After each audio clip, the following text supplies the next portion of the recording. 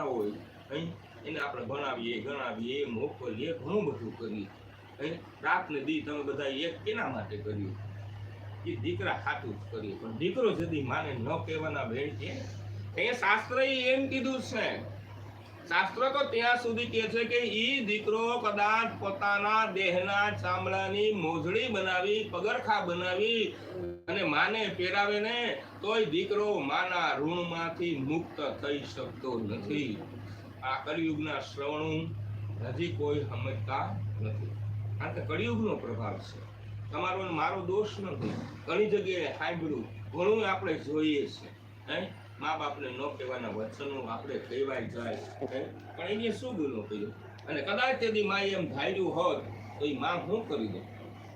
એના પૃથ્વીની માલિપા હાલતો ચાલતો બોલતો ખાતા પીતા કર્યો તો એ માં છે બાપીને આંગળી પકડીને લઈ જાય સાચો પણ પેલો શબ્દ માં બોલતો શીખાડે કોણ તો માં ખાતો શીખાડે કોણ તો માં છે એટલે આ ધુંધોકારી મહાખલું પાપી બહેનો માતૃ પિતૃ તાડેનમ મા બાપને માર્યા એની જે કઈ સંપત્તિ હતી એ સંપત્તિ બધી અવળે માર્ગે વાપરે માર્ગ ઉપર નતો અવળે માર્ગે અંતે કાંઈ ન મળ્યું એટલે એક સમય એવો બન્યો છે અંતે કાંઈ મળ્યું નહીં એટલે માતા પિતાને માર્યા અને અવળી જગ્યા ઉપર જાય છે એટલે એ ગણિકાઓના ઘરે જાતો થઈ ગયો ગણિકાઓને ઘરે જાય છે માતા પિતાનો ત્રાસ એટલો બધો આપ્યો કે અંતે માતાનું દેહાંત થાય છે એટલે ચોરી કરી કરી અને ગણિકાઓને બધું આપે છે એટલે ગણિકાઓએ નક્કી કરી લીધું કે આજે આ રાજમહેલમાં ચોરી કરશે તો કાલ સવારે આપણું નામ આવશે એટલે એક દિવસની રાત બની અને રાતે એ ધંધોકારી આવે છે પલંગ ઉપર સૂતો છે એટલે બે ગણિકાઓ એના પગ ઉપર બેઠી છે કે એના હાથ પકડી રાખ્યા છે એક છાતી ઉપર બેસી ગઈ અને ધગધગતા અંગારા અંગારા ધંધોકારીના મુખમાં નાખી અને ધંધોકારીના પ્રાણ હરી લે છે એટલે ધંધોકારી હતો એ મહાપ્રેત બહેનો સમય થયો ગોકર્ણજી મહારાજ આવે છે અને ગોકર્ણજી મહારાજ જે આવ્યા પોતાના નગરની અંદરમાં પોતાના ઘરે રોકાણા એટલે અગ્નિ ખૂણાની અંદરમાંથી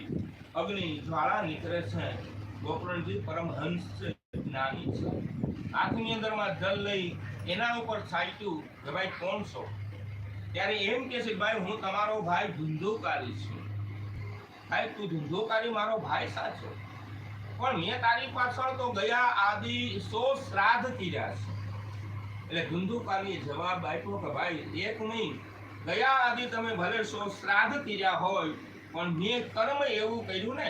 કે મને મુક્તિ મળી કારણ તો કે માતૃ પિતૃ તાડેનમ કોઈ શાસ્ત્ર એમ લખ્યું નથી કે માતા પિતાને મારવા માતા પિતાને ન કહેવાના વેણ કહેવા ત્યારે ગોકર્ણજી મહારાજે એમના માટે થઈ એમના ઉદ્ધારને માટે થઈ પરમાત્માની કૃપાના માધ્યમથી આજે ગંગાના કિનારે શ્રીમદ ભાગવત જ્ઞાન યજ્ઞનો આરંભ કર્યો છે શ્રીમદ ભાગવત જ્ઞાન યજ્ઞનો આરંભ કર્યો એટલે ધંધોકારીએ કહ્યું કે અહીંયા આવે કોણ અહીંયા ભાગવતજીમાં કોણ પધારે કે જે પરમહંસ હોય પરમ ભક્ત હોય પરમાત્માને વાલા હોય એ આવીને બધા બેસી શકે મારા જેવા પાપી જીવને તો આમાં બેસવાની ક્યાંય જગ્યા નથી એટલે ત્યારે એમ કીધું છે કે અહીંયા રાખ્યું શું તો કે રાખ્યો લીલો વાસ કે તમારીને મારી વાસનાઓમાંથી મુક્ત થવા માટે વાસનાઓનો ત્યાગ કરવાનો છે વાસની ગાંઠ બતાવી છે તો કે 7 ગાંઠનો વાસ લેવો કામ ક્રોધ મોહ મદ લોભ મત્સ્ય અને અભિમાન 7મે દિવસે એ વાસ તૂટી જાય છે એટલે તમારાને મારા મનમાં રહેલી વાસનાઓનો ત્યાગ કરવો એ ભાગવત આપણને સમજાવે છે કે એમની વાસનાઓનો ત્યાગ થાય છે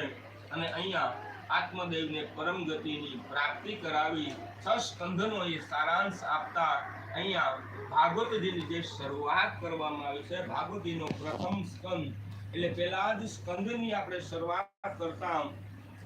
કે ભગવાન વેદવ્યાસ મનની અંદરમાં ચિંતા થાય છે જીવને ચિંતા થાય કે જેણે વેદોની આવતારી વાલી વેદોની રચના કરી, પુરાણોની રચના કરી, સતશાસ્ત્રોની રચના કરી છે.